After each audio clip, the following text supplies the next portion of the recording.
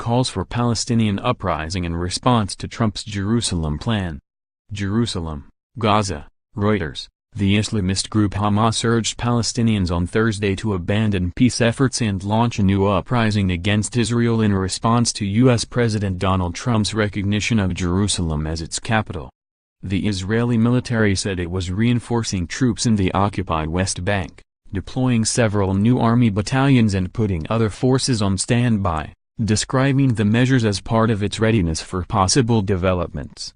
Protests so far have been scattered and largely non-violent. But dozens of Palestinians gathered at 2 points on the Gaza border fence with Israel and threw rocks at soldiers on the other side. Inside Gaza, thousands of Palestinians rallied, some chanting, "Death to America," "Death to the fool Trump," and "Burning tires." Trump reversed decades of U.S. policy on Wednesday by recognizing Jerusalem as the capital of Israel, imperiling Middle East peace efforts and upsetting the Arab world and Western allies alike. The status of Jerusalem, home to sites holy to the Muslim, Jewish and Christian religions, is one of the biggest obstacles to reaching a peace agreement between Israel and the Palestinians. We should call for and we should work on launching an intifada, Palestinian uprising, in the face of the Zionist enemy, Hamas leader Ismail Haniyeh said in a speech in Gaza. Haniyeh, elected the group's overall leader in May, urged Palestinians, Muslims and Arabs to hold rallies against the U.S. decision on Friday, calling it a day of rage. Nasser al-Qidwa, an aide to Palestinian President Mahmoud Abbas and senior official in his Fatah party, urged Palestinians to stage protests but said they should be peaceful. Israel considers Jerusalem its eternal and indivisible capital. Palestinians want the capital of an independent state of theirs to be in the city's eastern sector, which Israel captured in the 1967 Middle East War and annexed in a move never recognized internationally. Trump announced his administration would begin a process of moving the U.S. Embassy in Tel Aviv to Jerusalem, a step expected to take years and one that his predecessors opted not to take to avoid inflaming tensions. Israeli Prime Minister Benjamin Netanyahu, who hailed Trump's announcement as a historic landmark, said on Thursday many countries would follow the U.S. move and that contacts were underway. He did not name the countries he was referring to. President Trump has immortalized himself in the chronicles of our capital.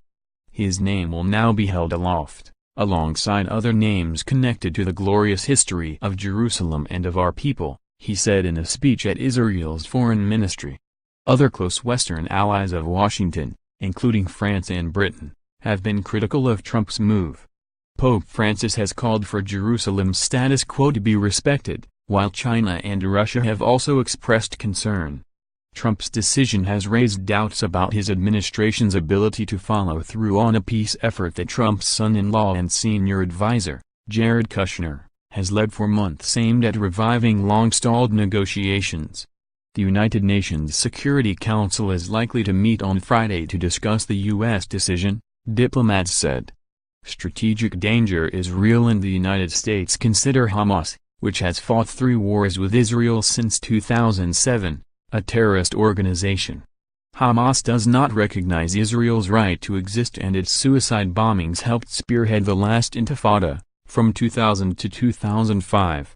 We have given instruction to all Hamas members and to all its wings to be fully ready for any new instructions or orders that may be given to confront this strategic danger that threatens Jerusalem and threatens Palestine, Haniyeh said. United Jerusalem is Arab and Muslim, and it is the capital of the state of Palestine, all of Palestine, he said, referring to territory including Israel as well as the Hamas-controlled Gaza Strip and the Israeli-occupied West Bank.